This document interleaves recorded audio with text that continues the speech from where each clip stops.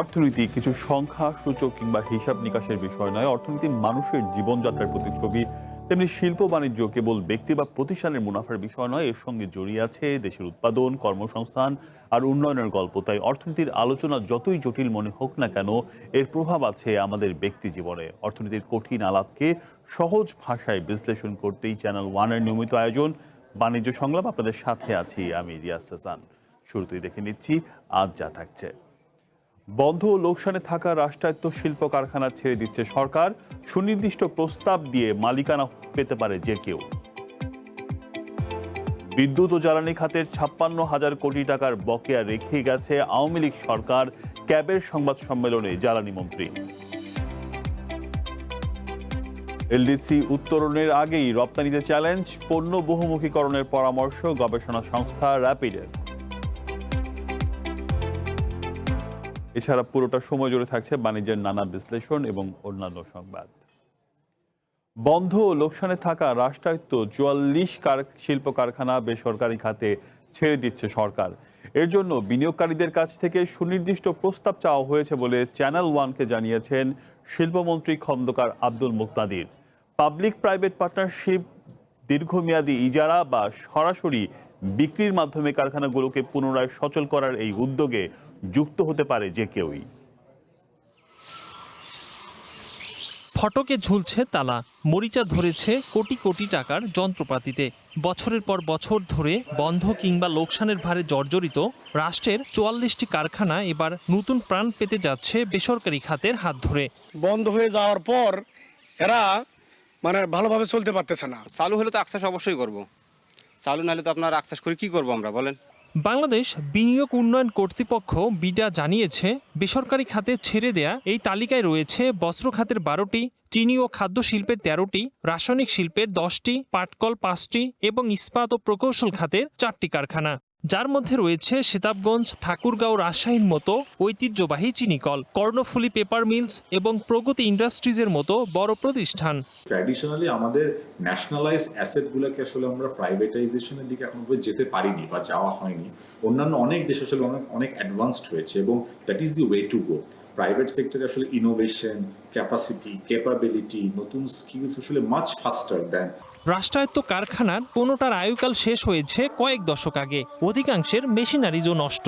শিল্পমন্ত্রী জানান, গ্যাস বিদ্যুতের মতো প্রয়োজনীয় সংযোগ থাকায় সরকারি বেসরকারি অংশীদারিত্ব, যৌথ বিনিয়োগ, দীর্ঘমেয়াদী ইজারা কিংবা সরাসরি বিক্রির মডেলে বিনিয়োগ করতে পারবেন দেশি বিদেশি উদ্যোক্তারা। ইতিমধ্যে একাধিক প্রস্তাব এসেছে বলেও জানান তিনি।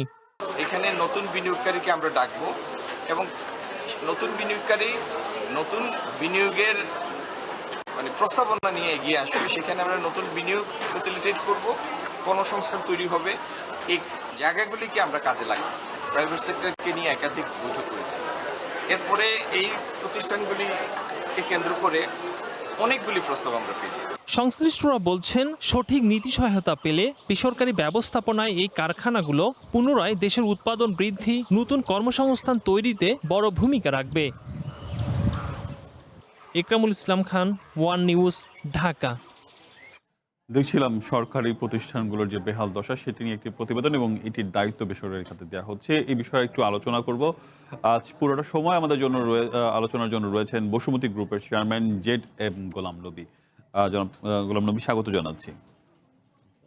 জি, আমরা দেখলাম যে সরকারি প্রতিষ্ঠানগুলোকে বেসরকারীকরণের উদ্যোগ নেওয়া হয়েছে। তো আজকে আপনি এখানে আছেন, আমাদের জানা মতে আসলে আপনিও সরকারি প্রতিষ্ঠানগুলো, বিশেষ করে জুট কলগুলোকে নেওয়ার ক্ষেত্রে আপনি কাজ করেছেন। এই যে সরকারি প্রতিষ্ঠানগুলো নেওয়া এবং এই প্রসেসিংটা কতটুকু জটিল, এটা একটু আপনি শুরুতে একটু জানান। ধন্যবাদ। আমি সবাইকে এই অনুষ্ঠানের থেকে, আমার কোম্পানির পক্ষ থেকে সালাম জানাই। আসসালামু আলাইকুম। এখানে সরকার যে কথাগুলো মাননীয় শিল্পমন্ত্রী জাতির সামনে তুলে ধরেছেন, এটা একটা মহতী উদ্যোগ, আমরা একে সাধুবাদ জানাই।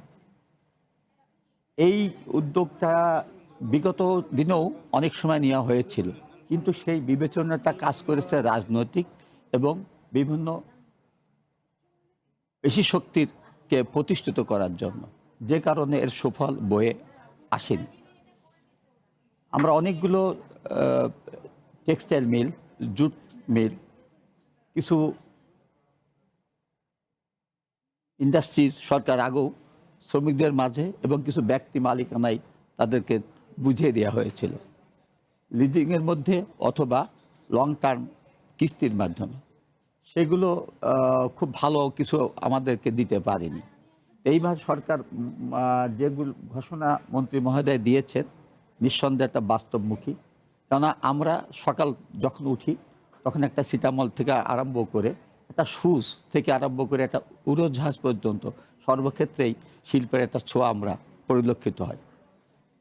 তো এই শিল্পটাকে যদি আমরা প্রতিষ্ঠিত করতে পারি, এবং আমাদের যে শিল্পগুলো, যে ভারী শিল্পগুলো সরকার এখন আমাদের মানে উদ্যোক্তাদের মাঝে ফিরিয়ে দিতে চাচ্ছে, সেটির একটা আমাদের কিছু বিশ্লেষণ করতে হবে।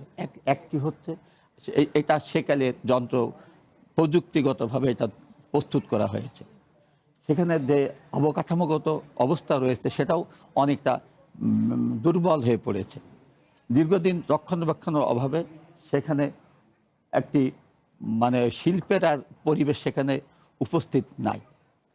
দ্বিতীয় কথা যে এই শিল্প উদ্যোক্তা যারা এগিয়ে আসবে তাদের সাথে তাদেরকে সরকার যে সহযোগিতা করতে গেলে ব্যাংক লাগবে, আর্থিক প্রতিষ্ঠান লাগবে, তাদের গ্যাস বিদ্যুৎ থেকে আরম্ভ করে সকল ধরনের জ্বালানি সুবিধা সেখানে প্রদান করতে হবে। এইটা হলো একটি সরকার এবং উদ্যোক্তাদের সম্মিলিত প্রয়াস, এবং এদের মাঝে যারা কাজ করবে তাদের সবার সমানভাবে এখানে কাজ করতে হবে। তাহলে পরে সরকারের এই সাহসী উদ্যোগটা এটাকে একটা বাস্তব রূপ নেবে এবং আমরা দেখলাম যে প্রগতির মতো বড় মানে প্রতিষ্ঠান যেটা সরকার এক সময় গাড়ি পর্যন্ত প্রগতির মাধ্যমে তৈরি করার উদ্যোগ নিয়েছিল, সেই প্রতিষ্ঠানটা লোকসান দিতে দিতে একদম শেষ হয়ে গেল। এবং সরকারের আসলে কেন সরকারি প্রতিষ্ঠানগুলোর এমন বেহাল দশা কেন? মানে এইখানে কি দুর্নীতি অনেক বড় ফ্যাক্টর হয়ে দাঁড়ায়? এখানে একটি বিষয় আছে, এখানে সরকারের শ্রমিকরা যারা আছে সেটি একটি বিষয়, পরিচালনার মানে উপরিভাগে যারা থাকে, সম্মুখ ভাগে ওনার যারা থাকেন তেনারা সরকারের আমলা সাধারণত একজন থাকেন, ওনার একটা নিয়োগ থাকে 2 বছর বা 1 বছরের জন্য উনি আসেন। কখনো উনি হয়তো সর্বোচ্চ আমরা দেখেছি 3 বছর পর্যন্ত আমাদের খেয়াল মতে 3 বছর পর্যন্ত নিয়োগ পান। এটা হয়েছে কি, এই ব্যবসাটা বুঝতে হবে যে ব্যবসাটা কি, কিভাবে এটা চলবে এবং কারা কারা আমাদের প্রতিযোগিতায় আছে, কোন কোন সেক্টরটাকে আরও সহজলভ্য করা যায়, কি করলে এই প্রতিষ্ঠানটাকে ঘুরে দাঁড়াতে পারে, বাজার ব্যবস্থায় তারা এটা ঢুকে যেতে পারে।